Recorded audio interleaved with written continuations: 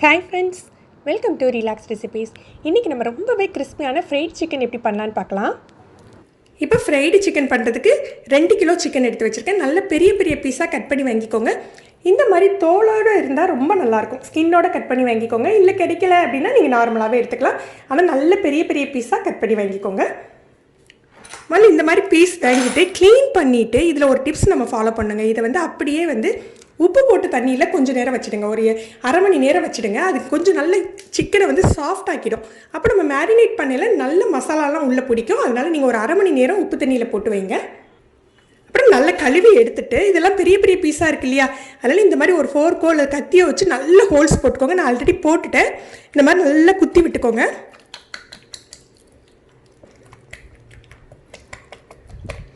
இப்படி எல்லா பீஸையும் குத்தி விட்டுக்கலாம். இப்போ இதை எப்படி மேரினேட் பண்ணலான்னு பார்க்கலாம். இதுக்கு மேரினேட் பண்ணுறதுக்கு 2 ஸ்டெப்ஸ் இருக்குங்க. முதல் ஸ்டெப் நம்ம மோரில் மேரினேட் பண்ணி ஃப்ரிட்ஜில் வைக்க போகிறோம். அதை எப்படி பண்ணலான்னு பார்க்கலாம். இப்போ இதை எப்படி மேரினேட் பண்ணலான்னு பார்க்கலாங்க. இந்த சிக்கனை மேரினேட் பண்ணுறதுக்கு நம்ம 2 ஸ்டெப்ஸ் பண்ணணும். முதல் ஸ்டெப் நம்ம இதை மோரில் மேரினேட் பண்ணி வைப்போம். மோரில் ஊற வைக்கணுங்க. மசாலா தடவி ஊற வைக்க போகிறோம். அதை எப்படி பண்ணலான்னு முதல்ல பார்க்கலாம். பூண்டு விழுது. இது ஏற்கனவே உப்பு தண்ணியில் ஊறி இருக்குது. உப்பு பார்த்துட்டு நம்ம சேர்த்துக்கலாம். உப்பு,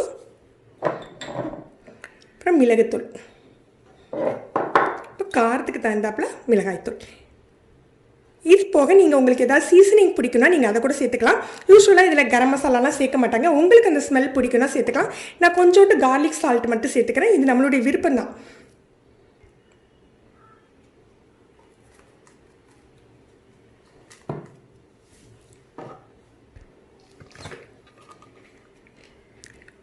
இதில் முதல்ல கொஞ்சமாக மோர் விட்டு நல்ல மசாலாவை கலக்கிக்கலாம்.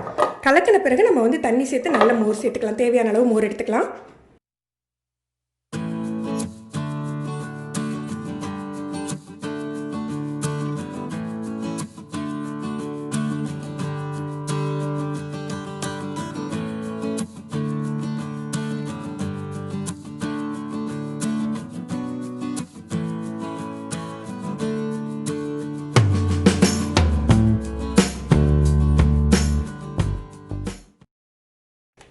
இது குறைஞ்சது ஒரு 5லேருந்து 6 மணி நேரம் ஊறணும். நீங்கள் ஓவர் நைட்டு கூட ஊற வச்சுக்கலாம். இதை அப்படியே மூடி ஃப்ரிட்ஜில் தூக்கி வச்சிடலாம். இது நல்லா ஊறிட்டு இருக்கட்டும். இப்போ சிக்கனை 5 ஹவர்ஸ் நம்ம அந்த மோரில் போட்டு ஊற வச்சாச்சு. இப்போ 2வது மேரினேஷனுக்கு தயார் பண்ணிக்கலாங்க. 2வது மேரினேஷனுக்கு எப்படி தயார் பண்ணலாம் அப்படின்னு பார்த்தீங்கன்னா, ஒரு 2 கப் அளவுக்கு நான் மைதா மாவு எடுத்துருக்கேன். 2 கப் மைதா மாவுக்கு ஒரு 1/4 கப் கார்ன்ஃப்ளவர் எடுத்துக்கோங்க. நம்ம 2 கிலோ சிக்கன், அதனால் இந்த அளவுக்கு மாவு எடுத்துருக்கேன். நீங்கள் அளவுக்கு தகுந்தாப்பில் எடுத்துக்கோங்க.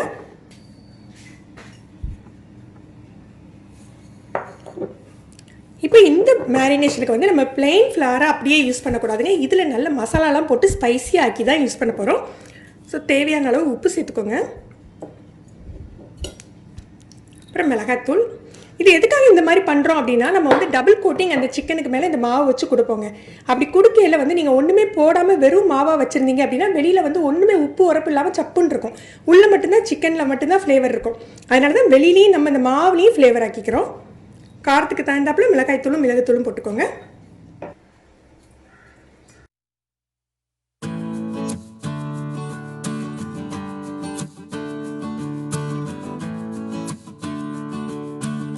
மாவு எடுத்து வச்சுருக்கோம். ஒரு பவுலில் கொஞ்சம் ஐஸ் வாட்டர் எடுத்து வச்சுக்கோங்க. Cool water.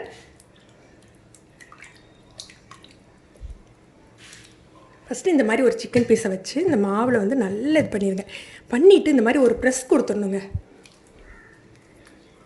ஃபஸ்ட்டு கோட்டிங் அப்போ இப்படி நல்லா ப்ரெஸ் பண்ணணும் மாவில் வச்சு.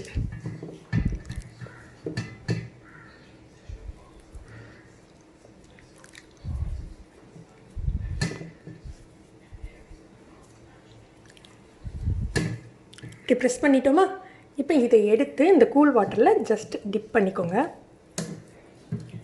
அது ஐஸோடு சேர்ந்துருக்குது. டிப் பண்ணிவிட்டு 2வது இன்னொரு கோட்டிங்.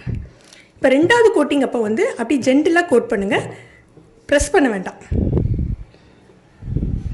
இந்த மாதிரி கோட் பண்ணி எடுத்து வச்சுருங்க. இப்படி ஒவ்வொரு பீஸையும் பண்ணி வச்சுக்கணுங்க.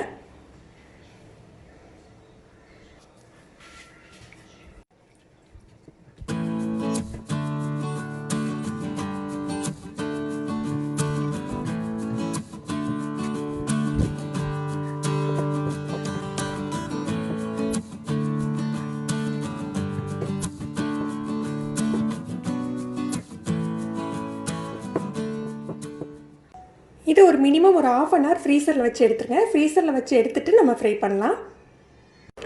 எண்ணெய் சூடு பண்ணியாச்சு. இப்போ நம்ம சிக்கனை ஃப்ரை பண்ணிடலாம். சிக்கனை ஃப்ரை பண்ணுறதுக்கு நல்ல லோ டு மீடியம் ஃப்ளேமில் வச்சுக்கோங்க. ஹை ஃப்ளேமில் வச்சுட்டாங்க. லோ டு மீடியம் ஃப்ளேமில் வச்சுட்டு நிதானமாக ஃப்ரை பண்ணணுங்க. நல்ல கோட்டிங்கும் உள்ளே உள்ள சிக்கனும் ஃப்ரை ஆகணும். நம்ம ஹை ஃப்ளேமில் வச்சா கோட்டிங் சீக்கிரம் உருகிடும், உள்ளே உள்ள சிக்கன் வெந்திருக்காது. அப்போல இந்த மாதிரி பெரிய பெரிய பீஸாக கட் பண்ணியிருக்கிறதுனால சிக்கன் ஃப்ரை ஆகிறதுக்கு 8லேருந்து 10 நிமிஷம் வரைக்கும் ஆகுங்க.